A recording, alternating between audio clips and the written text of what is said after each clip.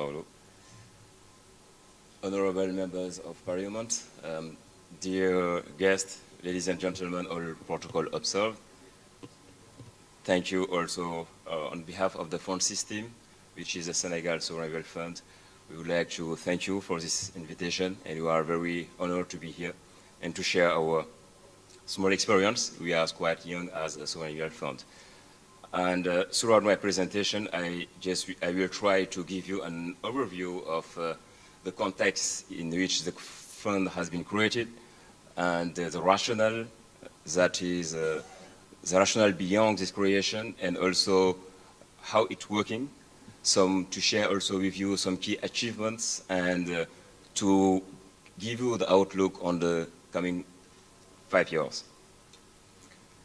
So one of the key challenges of the Senegalese economy 10 years ago was how to finance better the economy, how to finance the SMEs and how to finance the transformational projects.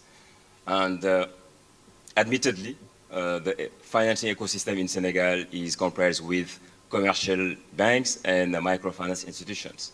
But what we have noticed that is these kind of institutions was quite, have some aversion to the risk. And therefore, 10 years ago, in 2012, the government has undertaken 3 initiatives. The first one was to create a national development bank, just to instill more dynamism in the banking activity. Number 2 was a creation of a guarantee provider institution named FONSIS in order to de-risk partially banking loans to the SMEs. And one unique initiative that was the very first time the country has experienced such an initiative was to create a sovereign wealth fund named FONSIS to provide equity, long-term equity to transformational projects, but also to SMEs, and to have an effect on the private equity sector in Senegal. So FONSIS has been created by a law that has been discussed in the Parliament in 2012, and with a commitment of the government of Senegal to transfer up to $1 billion to the fund as its initial capitalization. This transfer has to be done in assets. It can be public shares, cash, loans, and other kind of assets. I have to stress the fact that at that time in Senegal, we didn't have discovered any oil and gas resources. So that's why FONSIS is not a saving fund, but it is a strategic investment fund. So we are acting more like a private equity fund to invest in private projects, PPP projects, and also SMEs and companies with high potential to become a big player in our economy. Other things that is important is there was a debate regarding the relevancy of having a sovereign fund in a country which does not have oil and gas revenues. And one of the key arguments that has supported the creation of this such a fund was the fact that our country needs at the time to have a strategic instrument to crowd in massive private investment in the country in the strategic sectors in order to supplement the public funding, public investment, and in order to create in a more sustainable way economic growth, jobs, and also a strong private sector.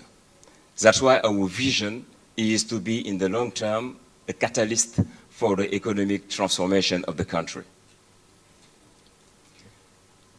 Therefore, in our investment strategy, we have 5 key sectors that are in line with the country economic transformation program, named Plan Sénégal Émergent. We have water and energy, we have agribusiness, we have health and pharmaceuticals, we have transportation and infrastructure, and we have also financial services. These are the key top sectors in which we invest.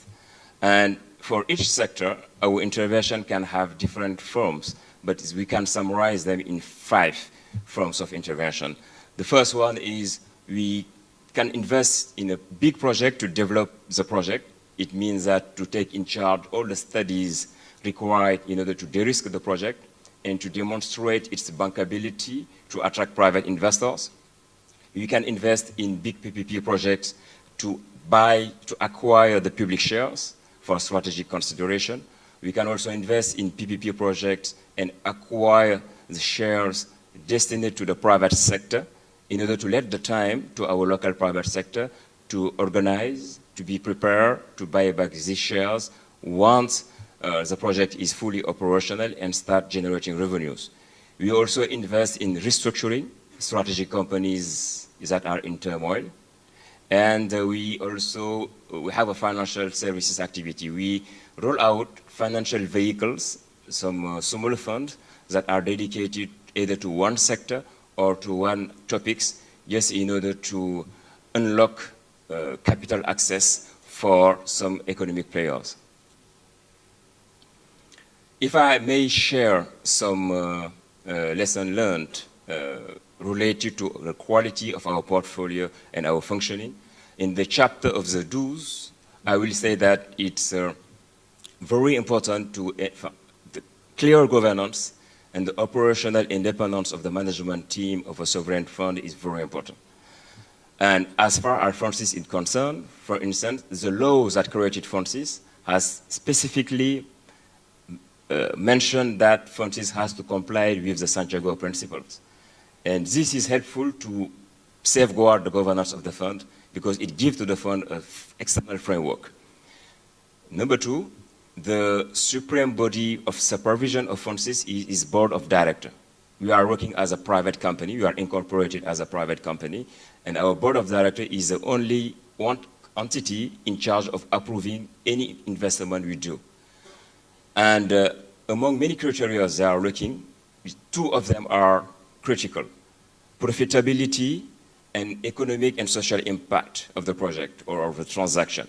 If you don't have these two criteria met, this project will be discarded. And just to share with you, our board is comprised with senior civil servant, and the chairman is from the private sector. Number two is in the do's is the leverage effect. FONSIS never invest alone in a project. We always invest in partnership with private investors. They can be local private investor or international private investor, and we always have a minority stake in the project. That's why, as of today, our leverage effect is 1 to 10. It means that for each $1 we invest in a project, we raise $9 from the private sector to implement the project. And for us, this leverage effect is very important regarding the fact that our resources are limited and we want to have a multiplying effect in the economy. Number three, in the do's, is the fact that you are focused on the domestic market. You are focused on local investment. Some funds, for instance, the saving funds, most of the time they are investing abroad, but as a strategic investment fund, our top priority is the local economy. We have to invest in strategic sectors. We have to accompany potential future champions of our economy, and also we have to restructure some strategic company in order to have an economy more performing. In the chapter of the don'ts, the things to avoid, I will say the first one is to avoid to invest for strategic funds, to invest without taking into consideration economic and financial risk and the related returns. Because otherwise, this can lead to invest in non-bankable projects, and this can jeopardize the future of the sovereign fund. Number two, in the don'ts, is to avoid to execute an assignment from the state without a clear and formal mandate and without remuneration. This is also very important in order to safeguard the operational independence of the fund, but also to give the possibility of the governance of the fund to say no when this assignment is not in line with the mission of the fund or with the investment strategy of the sovereign fund. And number two also in the don'ts, number three in the don'ts is also to avoid to offering the same services as banks or microfinance institutions. because actually the value proposition of a sovereign fund or strategic development fund is to complement the financial ecosystem, not to be in competition with the existing player. Now, regarding the oversight mechanism, we, as a private company incorporated in the private law, our supreme body of governance is our board of directors. And our board of directors also solicit an external auditors, which make an yearly report that is published and that help to have more transparency on our activities. But regarding the fact that our sole shareholder is the state, we are also subject to the control of any state-controlled bodies. And in Senegal, we have three most important ones: the Supreme Audit Institution, the General State Inspectorate, and the General Inspectorate of Finance. So all these state body of control can control us as they want. In line with our objectives to finance the SMEs, we have what we call technically a fund-of-fund activities. This is just to roll out some special financial vehicle, some smaller fund, dedicated either to one sector or to one topics. For the time being, we have 5 funds that are quite operational. And we have, for instance, one fund dedicated to agribusiness, SMEs, with a target size of $20 million. We have a fund we call WeFund, Women Empowerment Fund. This fund is dedicated to any projects that have positive economic impact in women empowerment. And we use to quantify or to assess this impact on women empowerment, we use what we call the WE index. That is an index that has been designed by the United Nations. We have customized it for the Senegalese economy, and we use it in the fund to just rate the SMEs before funding them. The target size of the fund is $20 million. We have also a bigger fund, which have a target size of $80 million dedicated to growth capital. It means that for SMEs that has proven a strong track record and need capital to grow and maybe to become future national champions, this fund has been designed for them. And it is not in the slide, but after the COVID, we have also designed a fund with the Islamic Development Bank to support, we call it COVID Recovery Fund, to support any SMEs that has been hit by the COVID pandemic just to bounce back. To share some key achievements, we have roughly 7 years of operation. The fund has been created in 2012, has started in 2014, and our first investment has been done in 2016. And since then, we have some interesting key achievements. We have invested in the very first PPP in solar project in Senegal, and our solar project portfolio represents more than 50% of the national solar capacity of the country. We have a majority stake in the National Water Distribution Company. We have rolled out very innovative PPP scheme in the health sector in Senegal that was quite new. We have, for instance, built hospitals in PPP. We have also built medical imaging centers in a PPP model with build, operate, and transfer model. We in partnership with a public hospital. FONSIS is currently in Senegal a major player, a major investor in the pharmaceutical sector. We are the second shareholder in the biggest pharmaceutical units in Senegal. We are also the second biggest investor in the only pharmaceutical unit that produce IV solution, intravenous solution. And furthermore, we have provided equity to several SMEs in Senegal that are processing local cereals for the local market or for exportation. The outlook on the short and mid-term outlook is quite promising. Based on our strategic investment plan validated by our board, on the coming 5 years, we will invest $500 billion in the local economy. But another interesting thing is the fact that 3 years after the creation of FONSIS, we have discovered in Senegal oil and gas resources. And just last year, the Parliament has approved a law for the allocation of this revenue expected from the oil and gas exploitation, and 10% of this revenue will be sent to a saving fund. We call it in Senegal intergenerational fund. And the state have mandated FONSIS to manage this intergenerational fund, these saving funds. So therefore, the law that has created FONSIS is currently, has been modified and is currently under discussion in order to take into account this new mission to manage not only a strategic development fund, but also to manage the saving fund for the country, to safeguard the wealth of the future generation. We have the key features that is currently under discussion in this new law is how to strengthen our governance and to enlarge it to include, for instance, the representative of the Parliament, representative of the civil society, but also to strengthen the participation of the private sector.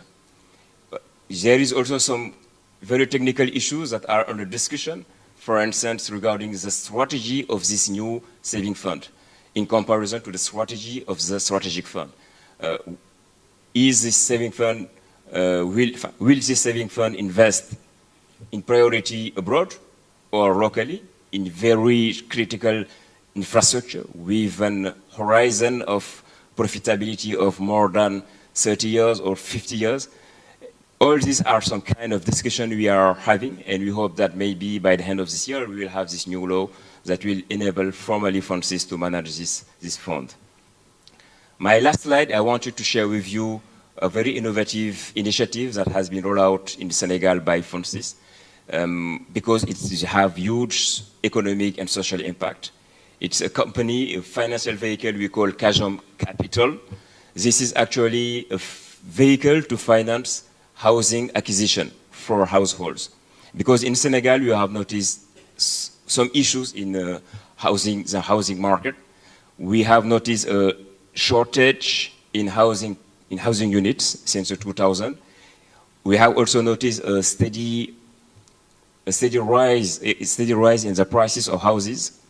And also, another thing is the fact that the low-income households and the middle-class households have some difficulties to access to mortgages to buy their house. And we have also a paradox in the fact that these people do pay rents.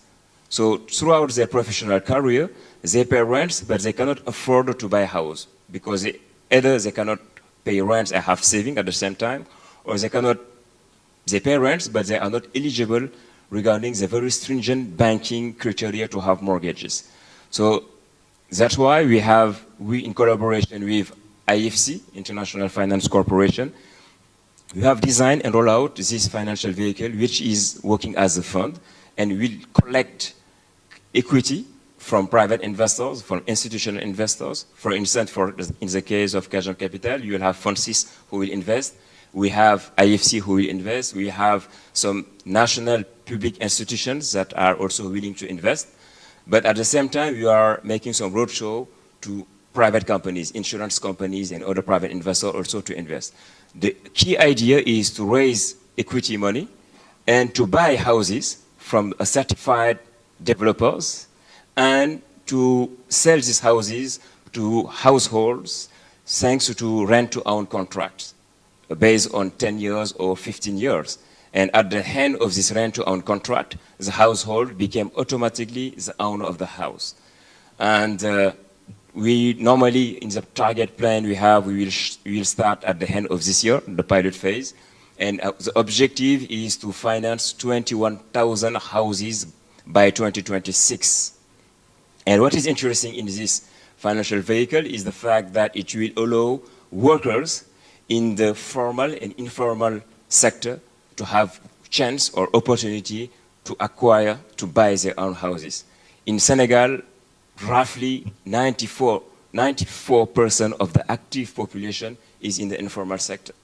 And this might be a game changer if we succeed in it. Now, the tougher challenge we have, and we are stabilizing it, is how to ensure the profitability of such a project and to ally profitability and social impact.